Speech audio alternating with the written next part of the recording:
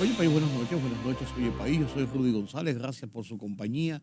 Como cada noche aquí por Colorvisión y otras plataformas de la televisión dominicana. Qué bueno que me acompañan.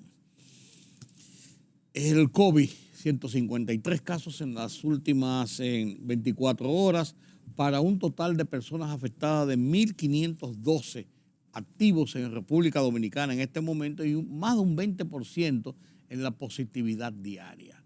Estamos con COVID. El Distrito Nacional y el Gran Santo Domingo son los principales centros donde se han registrado la mayor cantidad de personas contagiadas. Y los médicos insisten en que mucha gente, las estadísticas no son del todo certeras en cuanto a la cantidad, porque mucha gente, como no es tan fuerte, no es tan serio como en principio, una gripe, no se dan cuenta, se hacen pruebas caseras, se automedican, se quedan en la casa y se aíslan tranquilos, sin tener que estar dentro de las estadísticas de las personas, que se establecen esas estadísticas por la cantidad de personas que van a hacerse las pruebas PCR a los centros de pruebas, tanto públicos como privados, y el porcentaje de personas que resultan positivos. Entonces de ahí se saca el promedio y la cantidad, el promedio de positividad y la cantidad de personas, pues eso es la cifra oficial. 47 personas están internos en hospitales. Miren cómo va subiendo la cantidad de personas internos en los hospitales de estos 1.512 activos. Y hay 5 personas en unidades de cuidados intensivos. Ninguna intubada, pero hay 15 personas en unidades de cuidados intensivos. O sea, estamos en un brote. Si es peor que otros, hay que verlo por el subregistro que hay oficialmente, debido a que la gente no está acudiendo a hacerse en cantidades masivamente, a hacerse las pruebas PCR. Pero estamos en un brote, estamos con cambios de temperaturas un poquito más suaves que las temperaturas regulares en República Dominicana. Las lluvias, la gente se moja, le da una gripe y la confunde con una gripecita y puede ser que tenga realmente COVID, y está la influenza atacando por otro lado, con resultados de muchas personas afectadas por la influenza.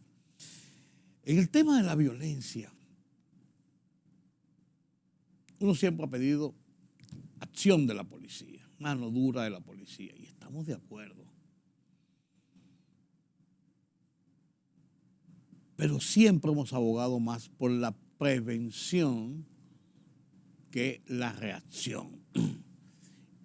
Y la prevención es lo que se había desbordado o se ha desbordado en República Dominicana en los últimos tiempos, porque los delincuentes se sentían a sus anchas en las calles, no había una reacción policial. Las patrullas policiales son un disuasivo, y más si son patrullas mixtas con soldados del ejército, de la Marina, de la Fuerza Aérea, pero principalmente del ejército. Es un disuasivo importante. Pero esto ha provocado enfrentamientos, delincuentes que se sienten empoderados de las calles, armados, y cuando van a ser intervenidos por la policía han habido los intercambios y se habla ya de una cantidad considerable de muertos en las últimas 2 semanas, para ser más exactos. Y lo que uno prevé es que en este periodo de Navidad, donde circula mucho dinero, los rateros, los asaltantes, los atracadores están en las calles. Porque aún con la presencia policial, la masividad de personas en centros públicos, en comercios, en las calles, da mayor facilidad a que la presencia de estos delincuentes se pueda confundir y puedan hacer sus tropelías. El operativo Navidad con Moderación y Responsabilidad 2022 se puso en marcha 33,000 policías en las calles para hacer turnos de vigilancia de 24 horas, pero principalmente en esas horas de compras. Y esto es un operativo recurrente todos los años para los periodos de Navidad, para los diciembre.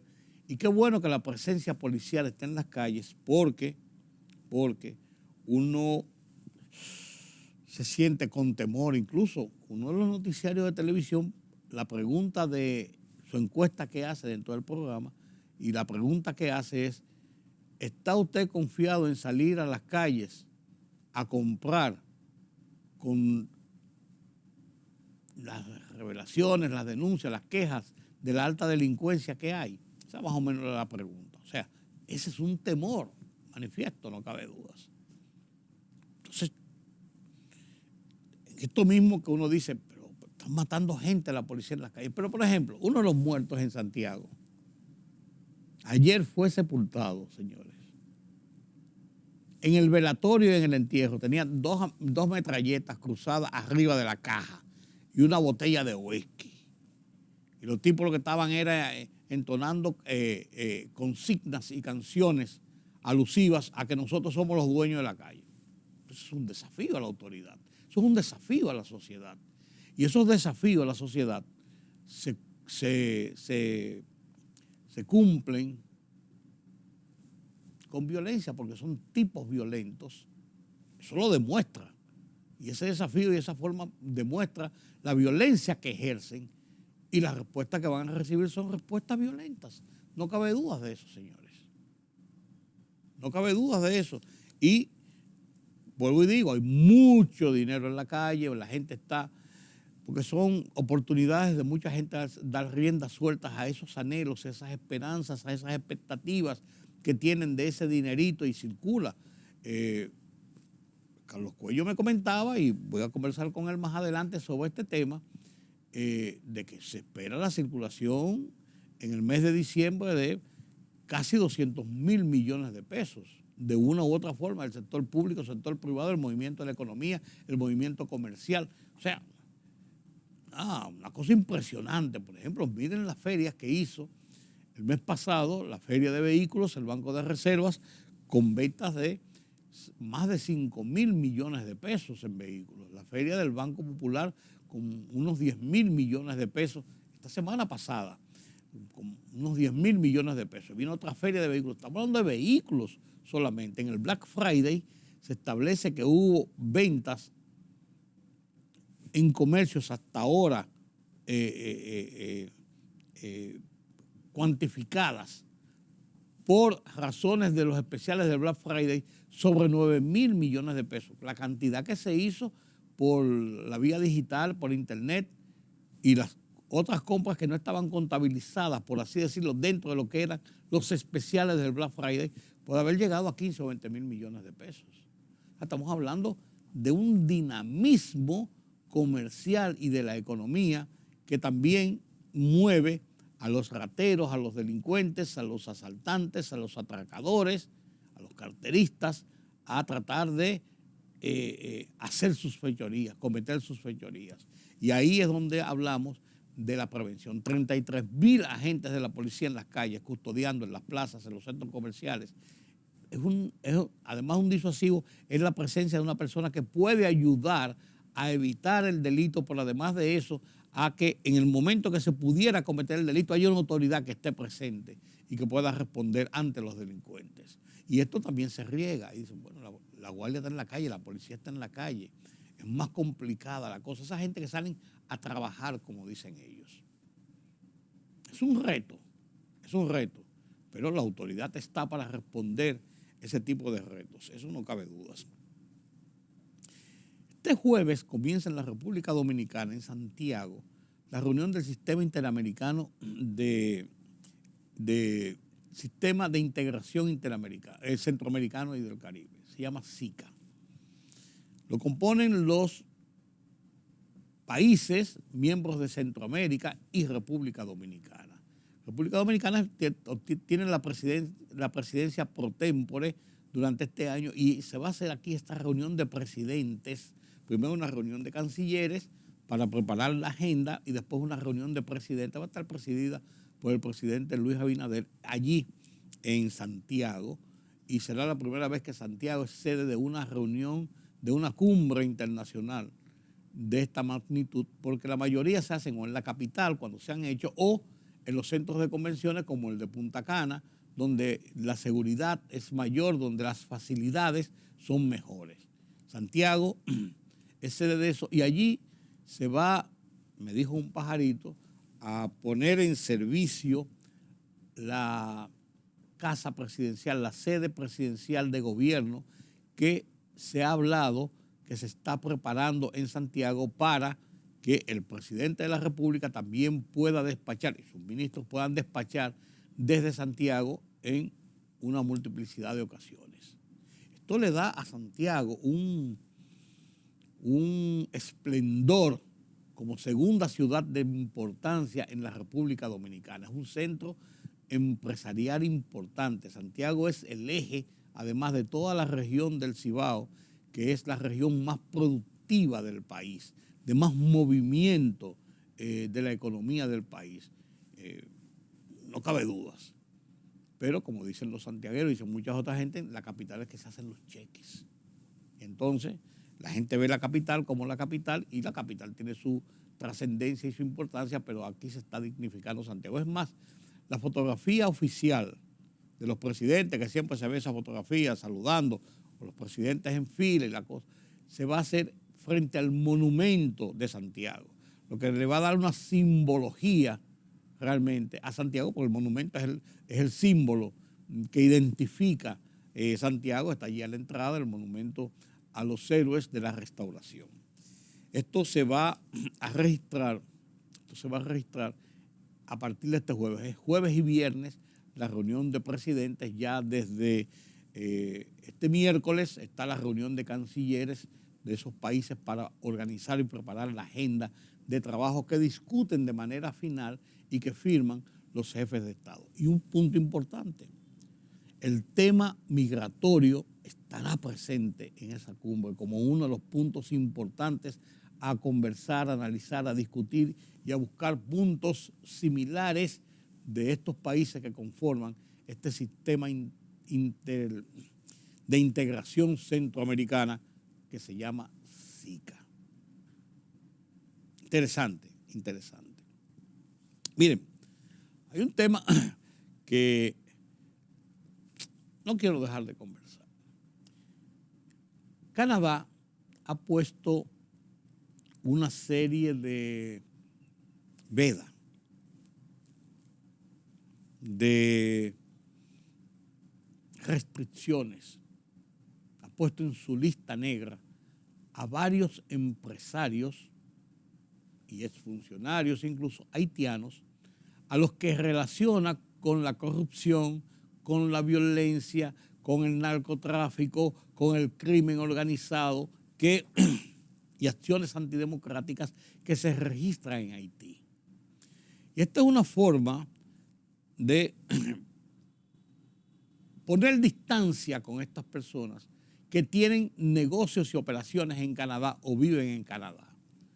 A estos que se le ha puesto en los últimos días a Gilbert Villos, a Renald Diquet y otro empresario, 3 empresarios privados, se les congela las cuentas y las operaciones empresariales que tienen en Canadá. Pero ocurre que 2 de estos 3, tanto Gilbert Villos como Renald Dick, tienen negocios en República Dominicana. Gilbert Villos fue el hombre que compró las acciones, compró la compañía de la Texaco Chevron en República Dominicana hace ya varios años. También compró la de Jamaica y yo creo que la de Antigua, me parece que es las operaciones de la Texaco. Es un empresario importante que opera en República Dominicana.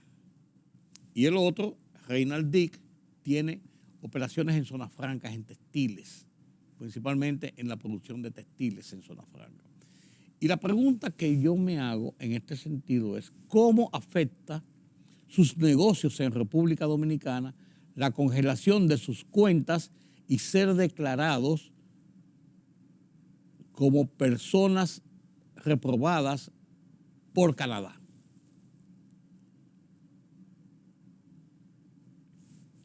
Póngase a pensar esto. ¿Podrá la República Dominicana seguir haciendo negociaciones en el orden empresarial, en el orden económico, en cuentas bancarias que deben tener aquí esas empresas y esos empresarios cuando tienen esta veda, estos impedimentos, estas denuncias en un país como Canadá,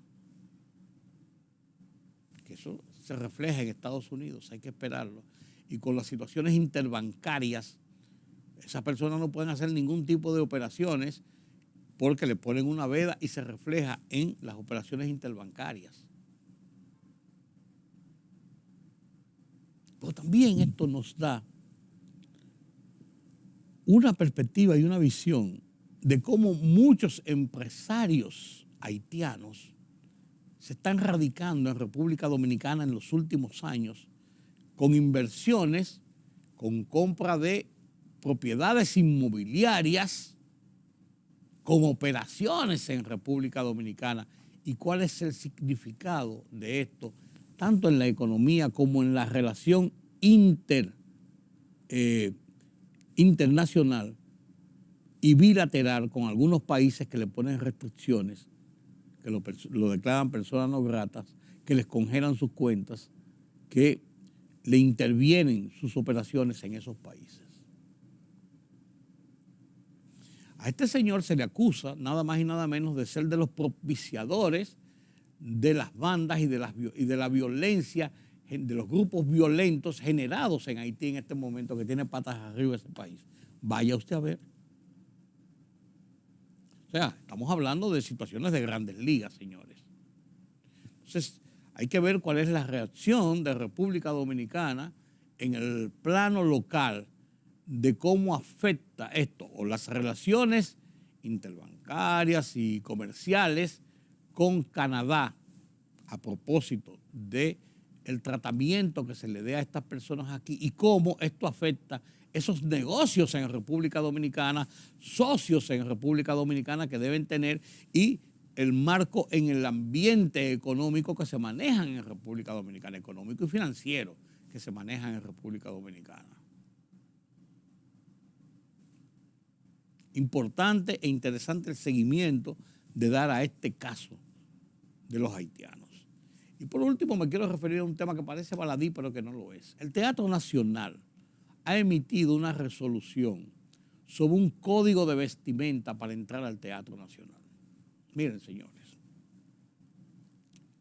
yo creo que la liberación, las libertades han llevado y han colocado al mundo en planos diferentes. El Teatro Nacional es la sala principal de la cultura, una de las salas principales de la cultura de República Dominicana. En los últimos años el Teatro Nacional se le arrienda para la presentación de muchísimos artistas internacionales, de nombre o no renombre. No se hacen muchas selecciones porque esto es comprado, es pagado, es rentado, y mientras más cobra el artista, más se le cobra el uso del local. Pero también esto se ha ido relajando en algunas ocasiones y se ha ido, yo no quiero decir la palabra, pero la voy a decir, cualquierizando en lo que es la Sala Augusta, el Teatro Nacional, que debe ser esa sala austera, augusta, realmente. Entonces usted me dirá, ¿por qué usted presenta a Paloma San Basilio y no presenta al Lápiz Consciente? Vamos por ahí, yo estoy mencionando dos gente. Porque Paloma San Basilio es una artista de renombre, es una artista de las grandes élites, y el Lápiz Consciente es del populacho, del populismo. Yo creo, y ahí viene el tema del código de vestimenta. No es verdad que para la presentación de la temporada de la Sinfónica, que se hace cada año, o la presentación de un espectáculo sinfónico, o de un hombre como, ¿quién diría yo?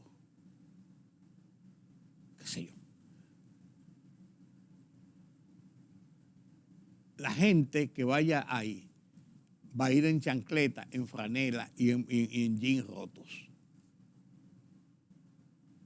No es que usted haga excepción de personas, pero los códigos de vestimenta tienen que usarse. No es verdad que la Sala Augusta del Teatro Nacional debe prestarse para gente que ande en chancleta, en franelita y con una raqueta metida en la cabeza. Perdón. Si usted me considera elitista, lo siento. Pero yo creo que las cosas tienen que estar en su justa dimensión.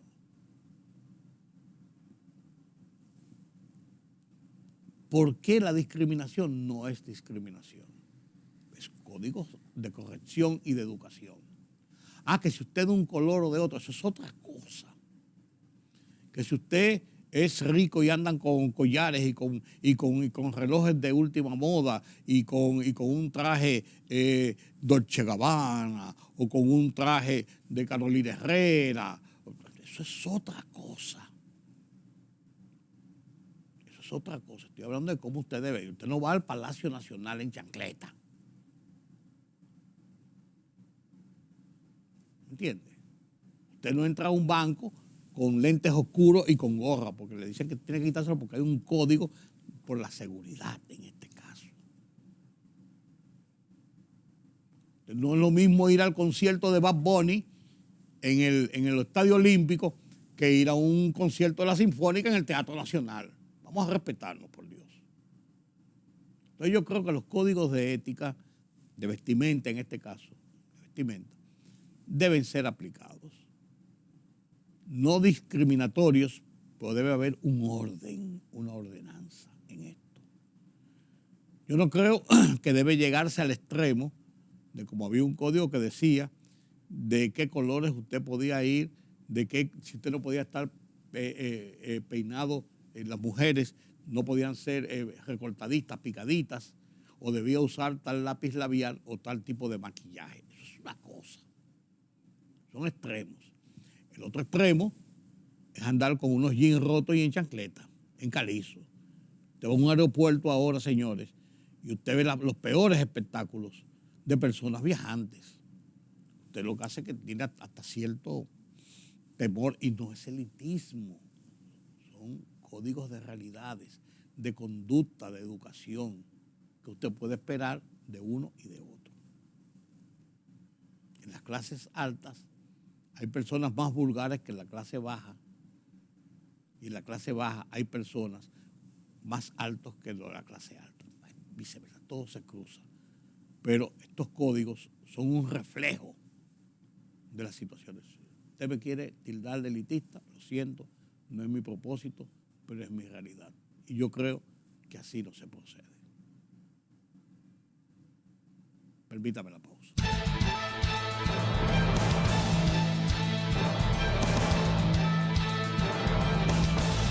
El gobierno dominicano informó que todo está listo para la realización de la 56ª reunión de jefes de Estado y de Gobierno de los países miembros del Sistema de Integración Centroamericana, SICA, que organiza República Dominicana en el marco de su presidencia pro tempore en este organismo, a celebrarse desde este viernes 9 de diciembre. El Colegio Médico Dominicano anunció que someterá recursos de amparo contra las administradoras de riesgos de salud ante los tribunales de justicia, además de mantener el llamado a desafiliación contra las ARS Universal y que a partir de la primera semana de enero continuarán y se ampliarán los paros contra esas empresas intermediarias del sistema de salud.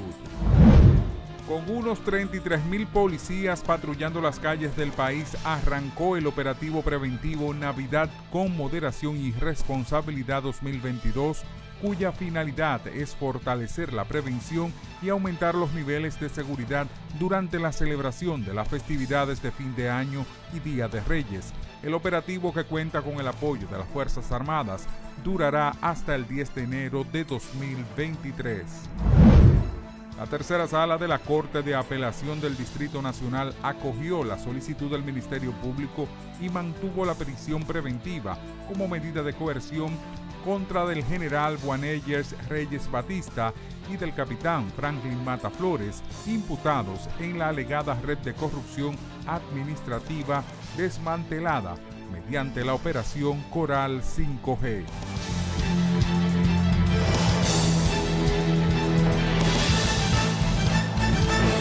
La libertad solo reside en los estados en los que el pueblo tiene el poder absoluto. Por el respeto a los valores democráticos y la dignidad del pueblo dominicano, El Rumbo de la Tarde. Plural, objetivo, comprometido siempre con la verdad. Con Georgie Rodríguez, Rudy González, Diulca Pérez y Ramón Colombo. Los poderosos ya están en el aire.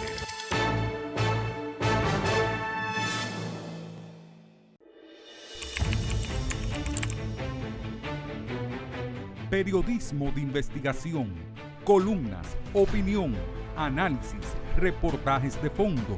Hora por hora, una completa plataforma multimedia. Periodismo con valor. Noticias horaporhora.com.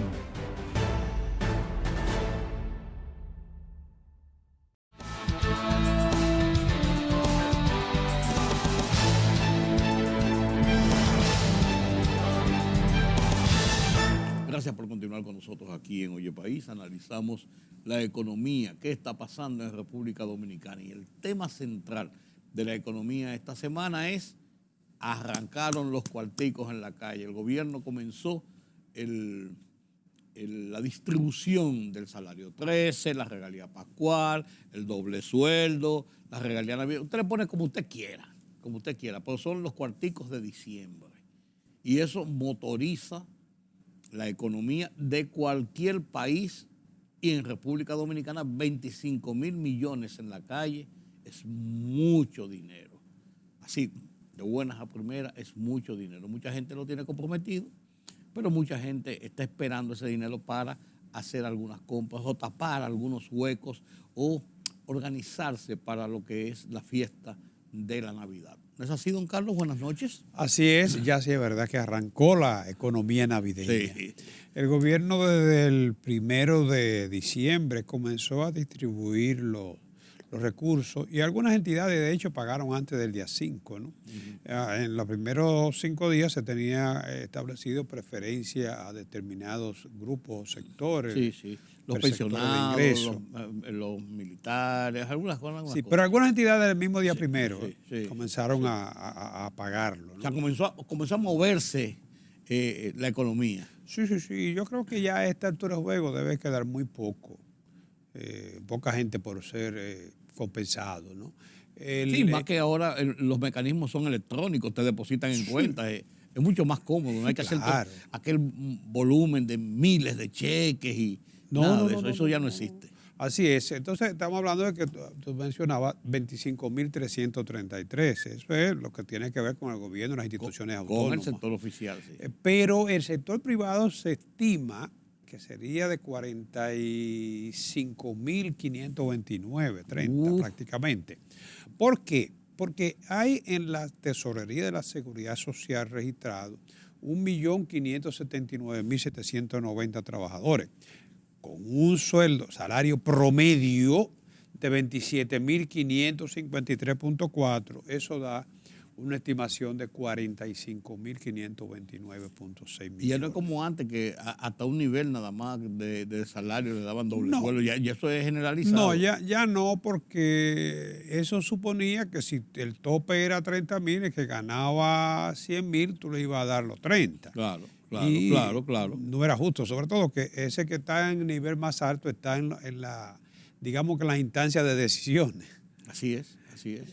Pero se parte del promedio, en este caso, de 27,000 y tanto. Eso solamente los que están registrados en la tesorería, que se supone que son empleos formales. Sí. Tanto del gobierno como el sector privado. Estos del sector privado son empleos formales, que deben andar por los 2,5 millones de trabajadores formales, ¿no? Pero a eso habría que agregarle que el 56% de los empleos aquí son informales. Y no es verdad que están exentos del pago de regalías, ya por tradición, Sí, por la mayoría de la gente siempre incentivo, le da. Sí. También lo otorga. O sea, agrégale a esto que en este mes también se paga el salario regular. Sí. Esto es un sobresueldo, o lo que llaman un doble sueldo. Un sueldo adicional, claro. Duplicando lo que serían los trabajadores formales. Estamos hablando de 137.723 millones de pesos. Sí. Duplicando los trabajadores formales. No están incluidos aquí tampoco los ayuntamientos, No. Que es otra tajada, ¿no? Y bueno, con todo esto, yo estimo que se deben estar moviendo más de 200.000 millones de pesos. Mucho dinero en un solo mes para la economía. En este mes. Sí. En este mes. En 3 semanas, 4 semanas. Eso es prácticamente el 4% del Producto Interno Bruto. Sí. O sea, es un mes de alta circulación de dinero. Claro, mucha motorización del sector comercial. Claro. Que ahí la entrada y salida de dinero y de operaciones es muy grande. Sí, por eso te digo que esto en el menor de los escenarios, porque tampoco nos garantiza que ese promedio de salario computado en la Tesorería Nacional esté reflejando la realidad de lo que serían las compensaciones. Claro, no, estoy de Ni acuerdo. mucho menos los ingresos de los trabajadores, porque a esto se agregan también algunas compensaciones y bonificaciones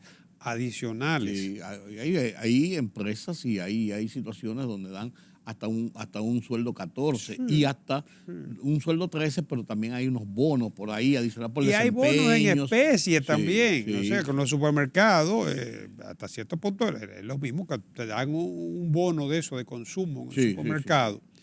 Te están dando una compensación, Claro, igual claro, que el salario. Claro.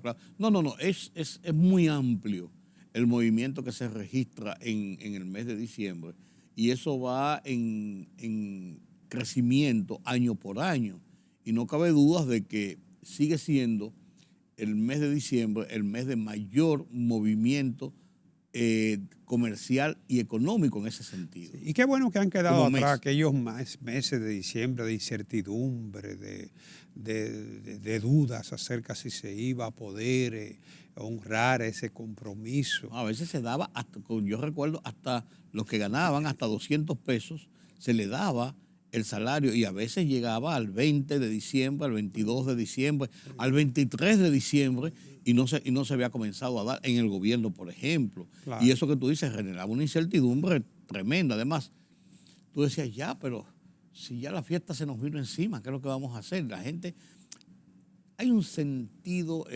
psicológico, por así decirlo, de lo que significa recibir ese dinero y las expectativas que uno se genera para comprar o para tapar algún hueco.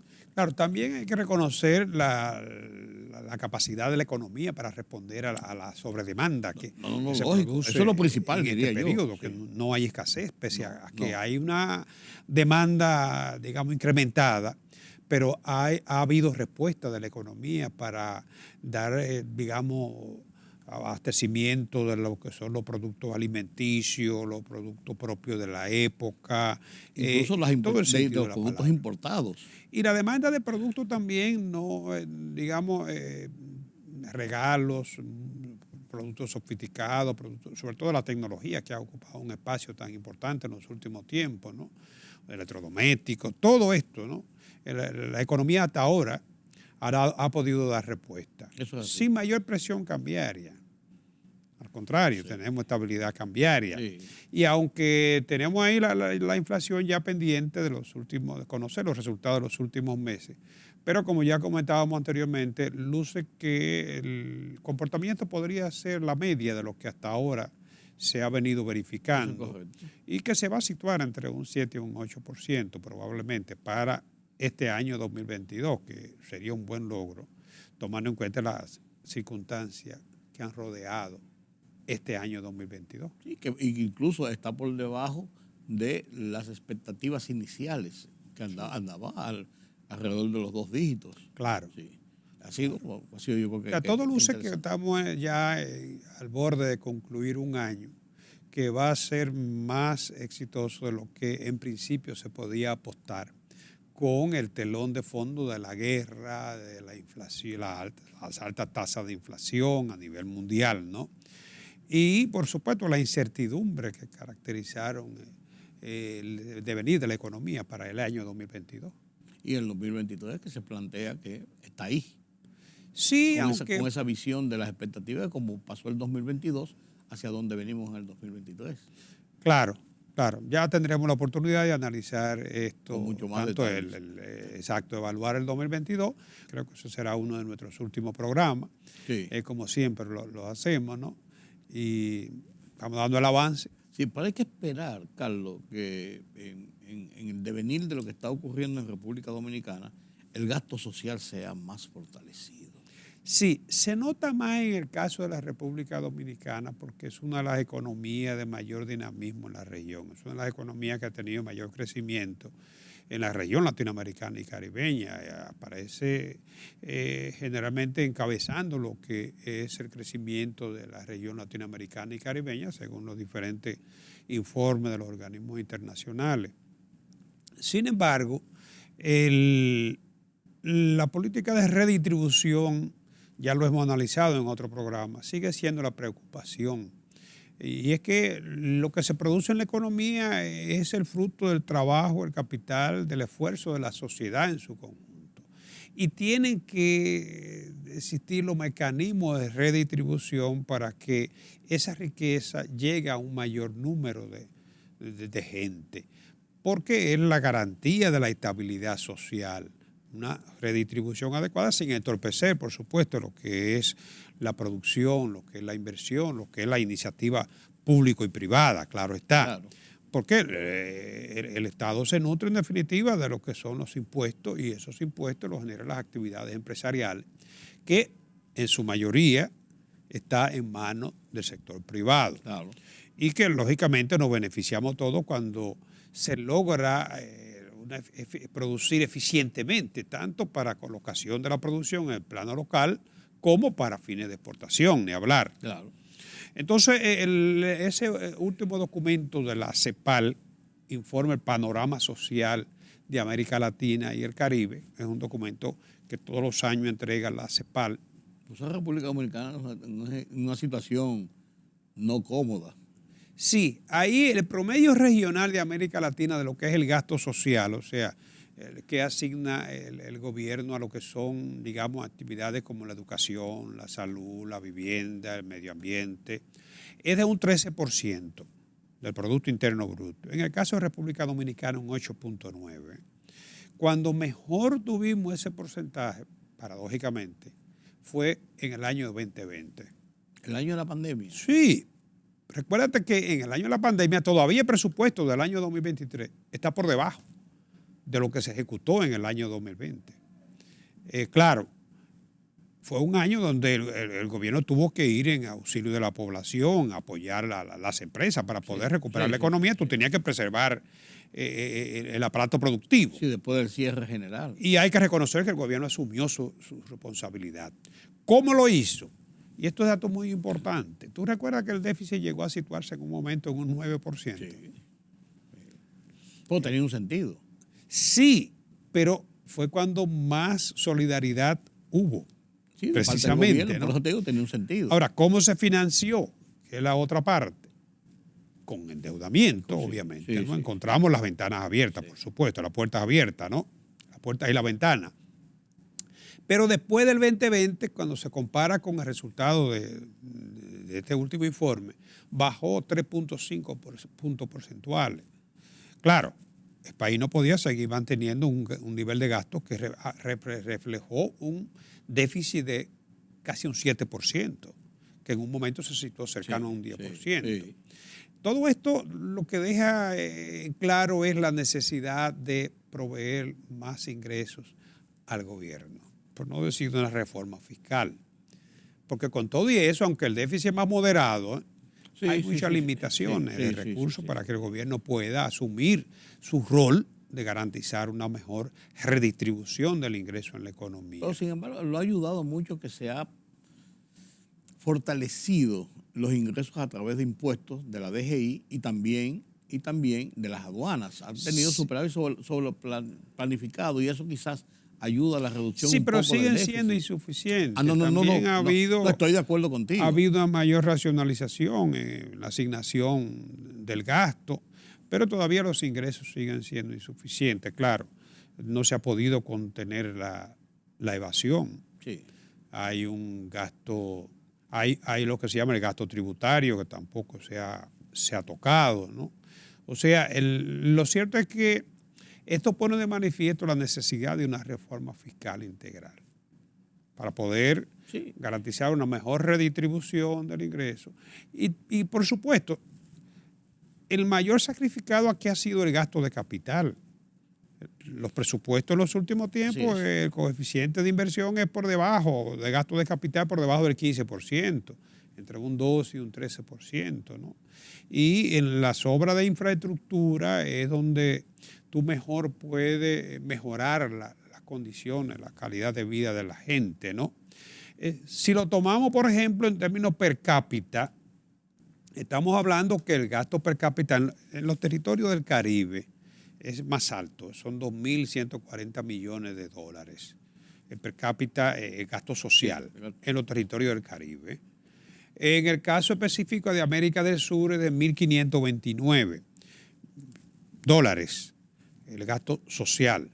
México y Centroamérica 745 y República Dominicana está ligeramente mejor que la región de México, subregión de México y Centroamérica con 762, pero en la mitad de lo que es Sudamérica, ¿no? Sí, pero sigue siendo bajo. Sí, sigue siendo bajo. Es lo correcto.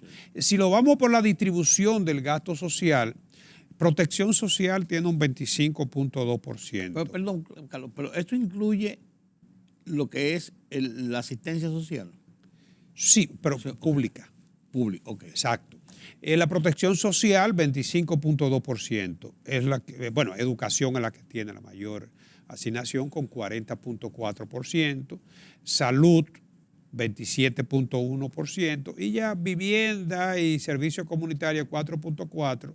Y recreación, cultura, protección del medio ambiente, un 3%. O sea, eso es lo que se codifica como gasto social. Gasto social. Dentro de lo que son las asignaciones de los recursos del gobierno. ¿Qué hacer para mejorar esa situación? Ese es el quid del asunto. Sí. Bueno, ya hablábamos de la inversión, o sea, la inversión pública. Sí, pues ¿cómo llegar a la inversión pública? No mejorando, lógicamente, caemos en el mismo ciclo vicioso. Claro. Si no tenemos recursos, no podemos. Sí, porque no podemos reducir la nómina pública, por ejemplo. Bueno, es que no lo hemos estado haciendo, pero estamos endeudándonos que indirectamente nos está reduciendo capacidad de inversión, porque entonces se está incrementando lo que es el servicio de la deuda. Totalmente. O sea, que a la larga tú estás posponiendo, difiriendo, aplazando un problema, ¿no? La calidad del gasto. También eso contribuye mucho porque no es que gastemos tanto en educación o en salud, es ¿qué representa ese? Claro, ¿en qué medida tú le estás mejorando la calidad de los servicios a la gente de suerte que el padre de familia, si encuentra un buen servicio en la enseñanza pública, no tenga que ir a pagar a un colegio? O no se ve la necesidad de tener que acudir a una consulta privada porque tiene respuesta de calidad en lo que es la atención pública. ¿Qué es lo que se espera de la asistencia pública? Claro. O sea, de lo mejor. Claro. Una mayor cobertura también, cobertura y servicio, en lo que es la seguridad social universal, que se ha avanzado, pero mayormente lo que tenemos son estadísticas y entrega de tarjetas, pero la verdad es que los servicios con lo que es el seguro básico, la gente no llega lejos, apenas lo atienden en los hospitales. No, sí. Entonces, eso contribuiría, eso mejoraría, ¿no? La salud y protección de salud universal. El fortalecimiento de la educación, como te decía, y el fortalecimiento institucional. O sea, que las instituciones funcionen. Que aquí hay algo más que recursos. Sí. Aquí hay algo también que tiene que ver con lo que es esa cultura claro. de la organización. Lo que tú decías, la calidad de ese gasto. Claro, y la sostenibilidad medioambiental, que en cierta medida, yo te diría, habría que ponerla en primer plano, porque cuando nosotros hablamos de esparcimiento y de todo esto, necesitamos tener recursos naturales, playa protegida, playa de ríos, bosque. Sí. Todo esto es parte también de lo que es la infraestructura, los recursos naturales, la preservación de los recursos naturales para poder mejorar la calidad de vida de la gente. Claro, ¿no? Yo creo que este es uno de los puntos más relevantes hoy en día. De vida y de la producción. Sí, fíjate que en los países desarrollados, cuando se habla de inversión en el gasto social, los recursos que van destinados a la preservación del medio ambiente, a la calidad del medio ambiente, son muy significativos. Claro. claro. Y le dan mucha atención. Claro, porque esa es una de las grandes preocupaciones de la actualidad cuando se habla del desarrollo económico, que no solamente es economía, no solamente es estadística macroeconómica, sino también que debe poner en primer plano lo que es la calidad de vida de la gente y también la calidad del ciudadano, lo que es la formación. Claro, no, esa es parte de la calidad de esa vida. Sí, Por eso claro. lo más importante en esto es oportunidades, darle oportunidades a la gente para que cada quien pueda ser arquitecto de su propio destino. Así es. Sin embargo, hemos tenido mucha suerte no, también es parte de un diseño de política que ha dado resultado, el tema del turismo. Lo arreglaste porque David iba a decir que no todo es suerte. El turismo, que ha sido uno de los puntales principales a lo largo de todo este año, incluso del mismo 2021, la parte final del 2021, cuando comenzó a proyectarse la recuperación del sector. Es cierto, pero fíjate que este año las expectativas no eran las mejores cuando comenzó el año. No. Porque, y después la guerra lo puso más en... Exacto, que ha sido una constante a lo largo del año. E independientemente de que nosotros hemos logrado muy buenas estadísticas, muy buen comportamiento del turismo ha sido exitoso, pero pudo haber sido mejor. Sí. La guerra de Rusia y Ucrania nos restó alrededor de 300,000 turistas. Directos, Aparte de mucha otra gente que dijo, bueno, yo no voy a viajar dependiendo, vamos a ver qué pasa. Eso te iba a decir, que la incertidumbre de la guerra no manda la mejor señal para tú decidirte por cosas que no son prioritarias, como es el viaje, ¿no? E inversión incluso. Claro, y agrégale a eso también la inflación, que le reduce el poder adquisitivo a la gente. Que se acrecienta y se consolida a lo largo del año por el problema mismo de la guerra. Claro, entonces fíjate que es en ese contexto, pusimos de primera lo que es el contexto, es en ese contexto que hay que ver estos logros del sector turismo en la economía dominicana. Por ejemplo, decía el ministro que para el mes de noviembre fueron 571,354 visitantes no residentes. El 83.4% son extranjeros. O sea que hay un 16.6% de dominicanos que viven en el exterior. Pero no son residentes. Sí, pero no son residentes, claro. Que tienen otro enfoque, otro manejo, quizá otra forma de consumir o de demandar, pero llegan como turistas. Claro, así como no se contabilizan los turistas que vienen en cruceros, por la razón de que no pernoctan una noche aquí, también los extranjeros tienen, los dominicanos que viven en el extranjero tienen esa... Bueno, ahora se están incluyendo en las estadísticas, porque antes decían turistas, los extranjeros nada más. Sí. Ahora, en los últimos tiempos, las estadísticas son no residentes, porque el no residente viene de turista. Sí. Y los cruceristas son excursionistas. Pero también los excursionistas, fíjate que en el caso de, bueno, la tasa de incremento del visitante es de un 24% con respecto al año pasado, ¿no? Pero fíjate que para diciembre se esperan 800,000. Sí, porque ya comienza la temporada alta oficialmente. Claro, es un 16% más que estamos hablando aquí de incremento en lo que son los dominicanos no residentes y un 20%, o sea, de incremento entre los dominicanos residentes y los extranjeros. Las cifras acumuladas enero-noviembre, esperando para diciembre 800,000, o sea, estamos hablando de 6,400,000. Si se esperan alrededor de 800,000, ya estaríamos sobrepasando. 7.2 billones aproximadamente. Para un año récord. Sí. Nunca antes el país había tenido ese monto, ¿no? Pero si agregamos los excursionistas, estamos hablando de 1,085,606 ya los primeros 11 meses. Por 8 millones y pico, ya claro. Claro, 7.5 millones, 7 millones y medio prácticamente, ¿no? Entre lo que son visitantes no residentes, vía aérea, y los excursionistas, que en este caso son los cruceristas, ¿no? Es una buena cifra. Prácticamente, quién sabe, entre 7.5 y 8 millones de visitantes. Por encima de lo estimado incluso, muy por encima de lo estimado. Claro. Acuérdate que se hizo una proyección. En el año 2012 el gobierno hizo una proyección y comenzó un plan para llegar al 2022 con 10 millones de turistas. Sí, que no se logró. Danilo lo hizo. Que no se logró por el tema, o sea, se estancó, se quedó ahí por el tema de la pandemia y los 2 años de sí, el impacto de la pandemia lo fue cambió terrible, todo. claro. Y entonces la recuperación fue mucho más lenta, pero ya llevamos 7 y pico de millones, o sea, andamos cerca de esa meta que teníamos de 10 años con proyectando 10 millones de turistas. Sí, los ingresos de divisa se espera que sobrepasen los 8.000 millones. Se habla de 8.400, decía el gobernador del Banco Central hace unos días. Sí. O sea, que es importante, es uno de los renglones principales de ingreso de divisas a la República Dominicana.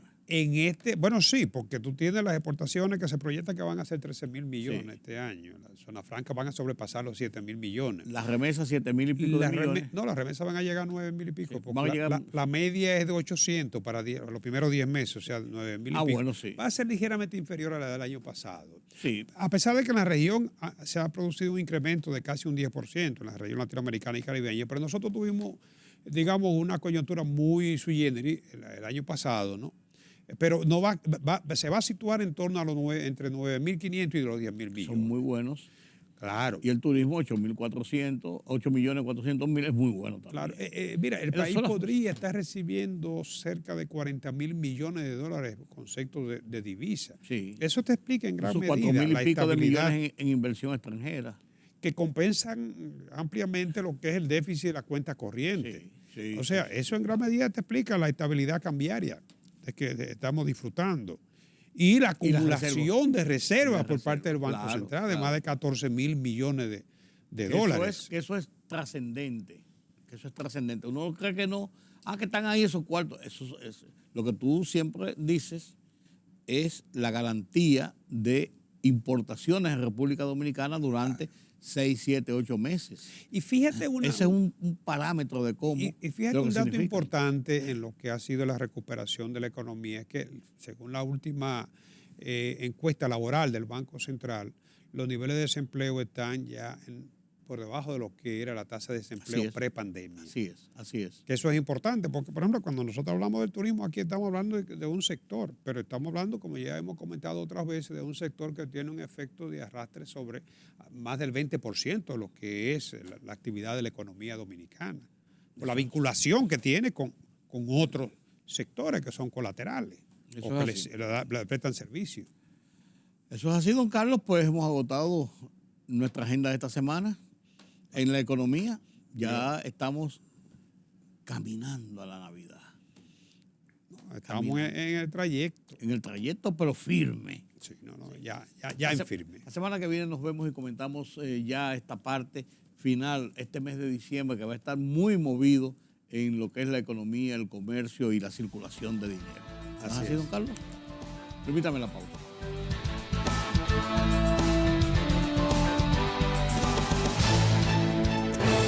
La libertad solo reside en los estados en los que el pueblo tiene el poder absoluto. Por el respeto a los valores democráticos y la dignidad del pueblo dominicano, el rumbo de la tarde, plural, objetivo, comprometido siempre con la verdad. Con Georgie Rodríguez, Rudy González, Diulca Pérez y Ramón Colombo. Los poderosos ya están en el aire.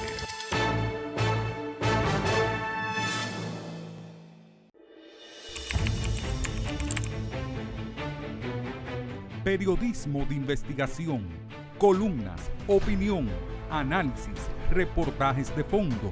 Hora por hora, una completa plataforma multimedia. Periodismo con valor. Noticias horaporhora.com.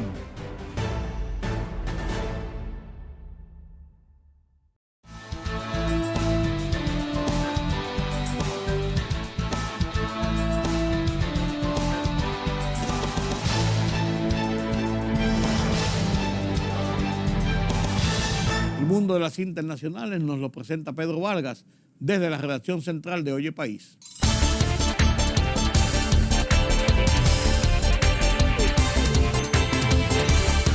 El gobierno del presidente Joe Biden anunció que prorrogará el estatus de protección temporal, TPS, para los haitianos que ya viven en Estados Unidos debido a que las condiciones en el país caribeño son demasiado peligrosas para su regreso forzado.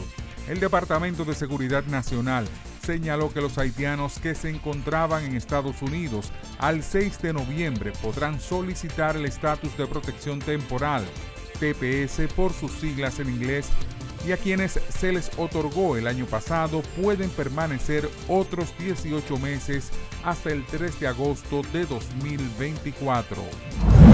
El Tribunal de Apelaciones de Inglaterra y Gales en su división civil concedió al rey emérito de España, Juan Carlos I, la inmunidad por sus actos hasta el momento de su abdicación en 2014 en el proceso que se sigue contra él en el Reino Unido por el presunto acoso al que sometió a su ex amante, Corina Susain. Indonesia ha aprobado un nuevo código penal que prohíbe las relaciones sexuales y la cohabitación fuera del matrimonio, medidas que, según las voces críticas, podrían socavar la libertad de expresión y los derechos de privacidad. Las autoridades migratorias de los Estados Unidos entregaron a El Salvador a uno de los 100 criminales más buscados por el país centroamericano, un presunto miembro de la pandilla Mara Salvatrucha, para ser juzgado por los delitos de homicidio y pertenencia a organizaciones terroristas, informó la embajada estadounidense en El Salvador.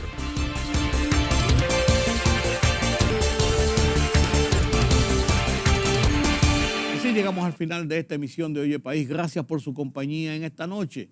Yo soy Rudy González. Los convoco para mañana, aquí, por este mismo canal, a esta misma hora. Pasen un feliz resto de la noche.